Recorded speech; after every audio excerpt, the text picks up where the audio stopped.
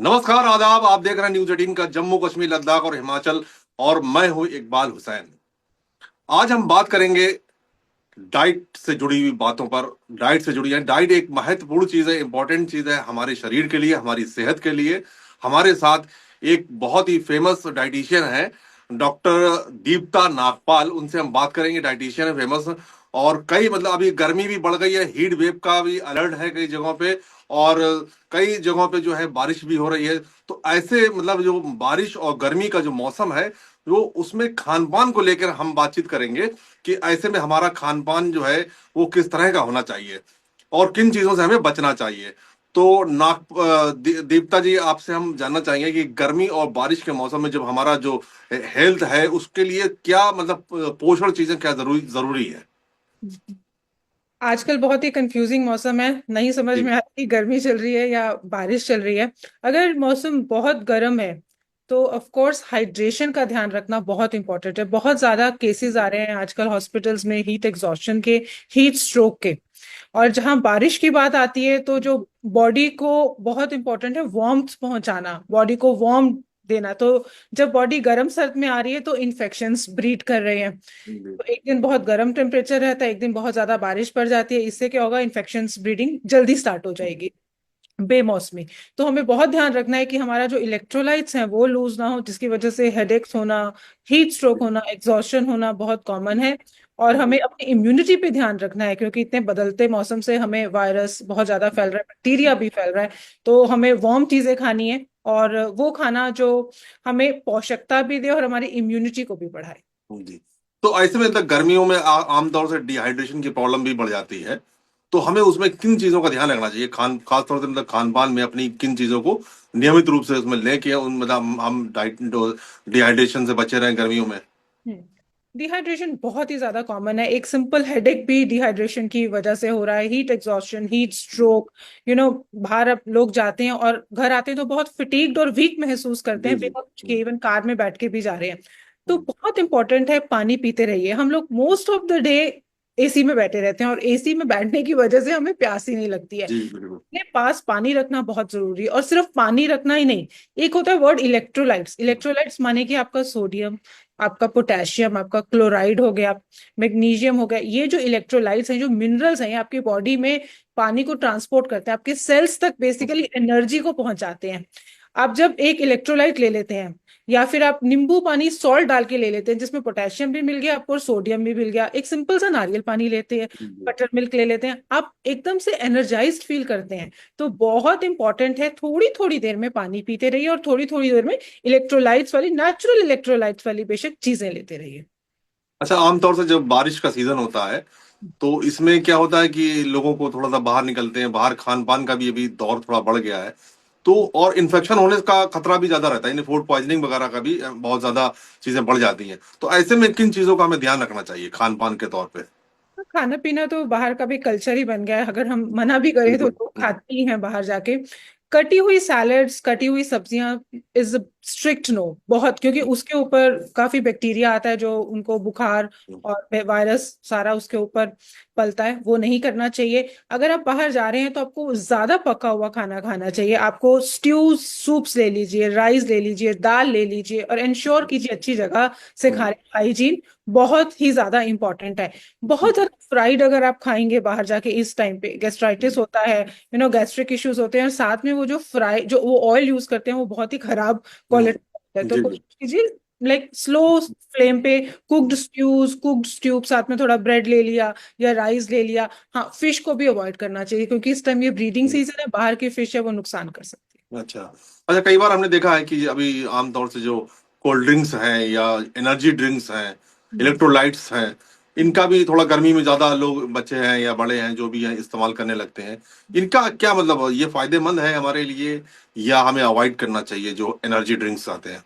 ये सब्जेक्टिव है, मतलब ये डिपेंड करता है पर्सन टू पर्सन पे। अगर मेरे पास एक मेरा क्लाइंट या पेशेंट है जो क्रिकेट खेल रहा है 4 घंटे के लिए बाहर, उसको मैं एनर्जी ड्रिंक्स जो बाहर से आते हैं वो भी मैं उसको प्रिस्क्राइब कर देती हूँ। बहुत अच्छे एनर्जी ड्रिंक्स इंडिया में अवेलेबल हैं जिसमें चीनी नहीं है या फिर कम मात्रा में डाली गई है। मगर इस तरह से जो ग्लूकोन डी बस पीते ही रहना, पीते ही रहना, दैट्स नॉट वाइज। क्योंकि आपके ब्लड शुगर लेवल्स बहुत बढ़ जाएंगे। तो जो एनर्जी ड्रिंक्स है उसको तब लीजिए जब उसकी जरूरत है, जब आप वर्कआउट करें, बाहर गर्मी में गए हैं, जो बाहर काम करते हैं। अदरवाइज जो हमारे घर में आप नींबू पानी नमक डाल के, जैसे मैंने कहा, या बेल का आपका जो शरबत हो गया, खसखस का शरबत हो गया, नारियल पानी हो गया, बटर मिल्क हो गया, वो गुड इनफ। अच्छा, ये आमतौर से जो एक पाचन को लेके भी एक बड़ी समस्या रहती है लोगों के साथ, कि लोगों का जो टाइमिंग शेड्यूलिंग है खाने पीने की वो बहुत डिफरेंट हो गई है। कोई लेट नाइट आ रहा है, कोई लेट आवर्स में खा रहा है। तो उसके एक पाचन जो रहता है उसके लिए उन लोगों के लिए क्या, इस मतलब कुछ डाइट में क्या चीजें शामिल होना चाहिए? मेरे पास इस टाइम पे जो बारिश का सीजन आता है, बहुत ज्यादा गेस्ट्राइटिस के पेशेंट्स आते हैं, मतलब जी। मैक्सिमम बट इस टाइम पे आता है। रीजन ये होता है जो पाचन शक्ति आपकी थोड़ी सी हल्की पड़ चुकी होती है। अगर मैं आयुर्वेदा की बात करूं तो आयुर्वेदा कहीं ना सूरज से, गर्मी से पाचन शक्ति को लिंक करता है कि जो हमारी डाइजेस्टिव फायर है वो थोड़ी सी स्लो डाउन हो जाती है इन दिनों। तो इन दिनों बहुत इंपॉर्टेंट है कि कुछ इस हल्का खाना खाना, फ्रेश खाना खाना। अगर मैं हल्का खाना कह रही हूँ तो मेरा कहने का मतलब है बहुत ज्यादा रिच फूड ना होना। जैसे हम अगर हम जम्मू कश्मीर की बात करें तो जो हमारे खाने में बहुत ज्यादा जी। रिच ग्रेवीज डलती हैं। तो वे नॉर्मल जो तरी है आपकी, जो नॉर्मल करी है, नॉर्मल तड़का लगा के खाना खाना। अगर दालें हैं, बहुत ज्यादा हैवी दालें नहीं खाना, बहुत ज्यादा जो राजमा चने हैं वो नहीं खाना। हल्की मसूर की दाल, मूंग की दाल खाना, हल्के मिलेट्स खाना, जैसे कि आपका अमरैंथ हो गया या जवार हो गया, मक्का हो गया। सब्जियों की अगर बात करूं, अगर हम बहुत ज्यादा हरी जो सब्जियां खाएंगे, जैसे पालक हो गया, वो इस टाइम पे कंटेमिनेट हो जाती हैं, वो भी गैस्ट्राइटिस कॉज कर सकती है, डायरिया हो जाता है। अगर आपने पत्ते वाली सब्जियां खानी है तो मानसून की, जैसे कि अरबी का पत्ता हो गया, टिडर है, जिसे लिंगड़ी का साग कहते हैं पहाड़ों में, या फिर आपका आलू के पत्ते हो गए, तो इस, या लाल माठ हो गया, आंबड़ी हो गई जो महाराष्ट्र में खाया जाता है, इस तरह के साग खाने। बाकी घिया, तोरी, टिंडा, जो नॉर्मल खाना है वो खाना खाना ज्यादा चाहिए। अच्छा, जम्मू कश्मीर की अगर हम बात करें, जम्मू कश्मीर में भी इस बार जो है वो भी गर्मी ने भी रिकॉर्ड तोड़ा, वहां पे भी अच्छी खासी गर्मी हो रही है। तो वहां के लोगों को मतलब खान पान को लेके क्या मतलब चेंजेस करने पड़ते हैं गर्मी में? जम्मू से बिलोंग करती हूँ तो थोड़ा खाना जानती हूँ वहाँ का। जम्मू में बहुत रिच फूड खाया जाता है, और जम्मू से सबसे ज्यादा, वो जो बेल्ट है वहां से सबसे ज्यादा गैस्ट्राइटिस का हम्म। पेशेंट आता है। हमें चाय पीते हैं बार बार, बहुत ज्यादा रिच ग्रेवीज का यूज करते हैं। हम अपने जम्मू के ही ट्रेडिशनल खाने को थोड़ा सा चेंज करके अच्छे से खा सकते हैं। जैसे अगर मैं बात करूं लिक्विड्स की, जैसे हम थोड़ी खसखस, थोड़ी केसर, थोड़ी सौंफ, ये सब यूज हम्म। करके अच्छा सा जो कहवा बनाते हैं हम वो बना सकते हैं। ना कि एक ही बार चाय बनाई गुलाबी और उसको गर्म करते रहे, वो एसिड और गैस डेफिनेटली कॉज करेगी। जैसे राजमा है, अगर वो खाना है तो दोपहर के टाइम खाओ, उसमें थोड़ा मेथी दाना, अजवाइन, ये सब भिगो के खाओ, ना कि उसको रात को खाओ। तला हुआ कम खाओ, चीनी थोड़ा कम खाओ। मसाले हम मॉनसून में खा सकते हैं बट ओवरडू मत करो, जो कि हम उस बेल्ट में यस। कर देते हैं। अच्छा, आमतौर से जैसे हाई बीपी पेशेंट हैं जी। या जिनको शुगर की मतलब ज्यादा प्रॉब्लम है, तो उनके लिए क्या स्पेशल कुछ डाइट्स के लिए रहता है क्या? जैसे आजकल अगर मैं हाई बीपी की बात करूं तो पोटेशियम बहुत इंपॉर्टेंट एक मिनरल है, और मैग्नीशियम जो सोडियम लेवल्स को कम करता है। ठीक है, तो अगर हम नींबू पानी लेते हैं हाई बीपी वालों के लिए बिना सॉल्ट के, तो वो एक अपने आप से एक रेमेडी है। जी। तो उनका पोटेशियम लेवल्स बढ़ेगा तो सोडियम अपने आप ठीक रहेगा। अगर वो दिन में एक दो मौसमी खा लें इस टाइम पे, उनको उससे एनर्जी भी आएगी और सोडियम लेवल उनके कम रहेंगे। हाइड्रेशन बहुत इंपॉर्टेंट है इस टाइम पे। ब्लड प्रेशर इसलिए भी हाई होता है क्योंकि लोग पानी कम पी रहे जी। होते हैं। अगर मैं शुगर की बात करूं, आजकल लोग आम खूब खा रहे हैं। आम अगर आप खा रहे हो और आप डायबिटिक हो तो उसको तरीके से खाइए, उसको खाना खाने के बाद मत खाइए, आपकी ब्लड शुगर एकदम से शूट होगी। आप अगर आप आम खा रहे हैं तो उसको एक जैसे दही के साथ खा लीजिए, या थोड़े नट्स ले लीजिए उसके साथ, तो ब्लड शुगर सही रहेगा। हमारे क्या रहता है ना लोगों में कि खाना खाए और मिठाई खा ले। लोग हम्म। खाना अनाज बहुत ज्यादा खाते हैं हमारी जी। तरफ के, जी। जम्मू कश्मीर के, जो अनाज भी, चावल का क्वांटिटी भी जी। ज्यादा खा ली, मिठाई भी खा ली, तो वो ब्लड शुगर रेज हो गएगा। अगर आपको मिठाई खानी है तो तरीके से खाओगे, उसके आसपास आप कुछ अनाज नहीं है, ताकि आपका ग्लूकोज लोड कम रहे। अच्छा, ये जो घर में जैसे हम कौन से ऐसे फूड इस्तेमाल करें जिनसे इम्यूनिटी बूस्टर के तौर पे, जैसे हम क्या ले सकते हैं, बच्चों के लिए हो या बड़ों के लिए हो, तो इम्यूनिटी के तौर पर उनको बढ़ाने के लिए हम कौन से फूड इस्तेमाल करना चाहिए? इम्यूनिटी बढ़ती है, आपको थोड़ा सा स्ट्रेस कम करने से इम्यूनिटी बढ़ती है, अच्छी नींद लेने से इम्यूनिटी बढ़ती है, हम्म। अच्छा हल्का फुल्का एक्सरसाइज करने से, और खाने से। हम्म। अगर खाने में एंटीऑक्सीडेंट्स यूज करेंगे, एंटीऑक्सीडेंट्स होते हैं वो सब सब्जियां और फ्रूट जिसके अंदर, जो जिनके अंदर कलर्स हैं, जैसे कि आजकल है जामुन, गर्मियों में आपका वाटरमेलन, फिर जी। आपका हो गया मैंगो जिसमें बीटा कैरोटीन होता है, आपकी जो जी। हरी सब्जियां हो गई, जो जितने भी कलर्ड वेजिटेबल्स और फ्रूट्स हैं वो जरूर खाने चाहिए। उसके खाने का तरीका क्या है, आजकल व्हेन इट्स हम्म। रेनिंग तो सूप और स्ट्यूज बना लीजिए, एक दिन जी। में एक बार सूप ले लीजिए।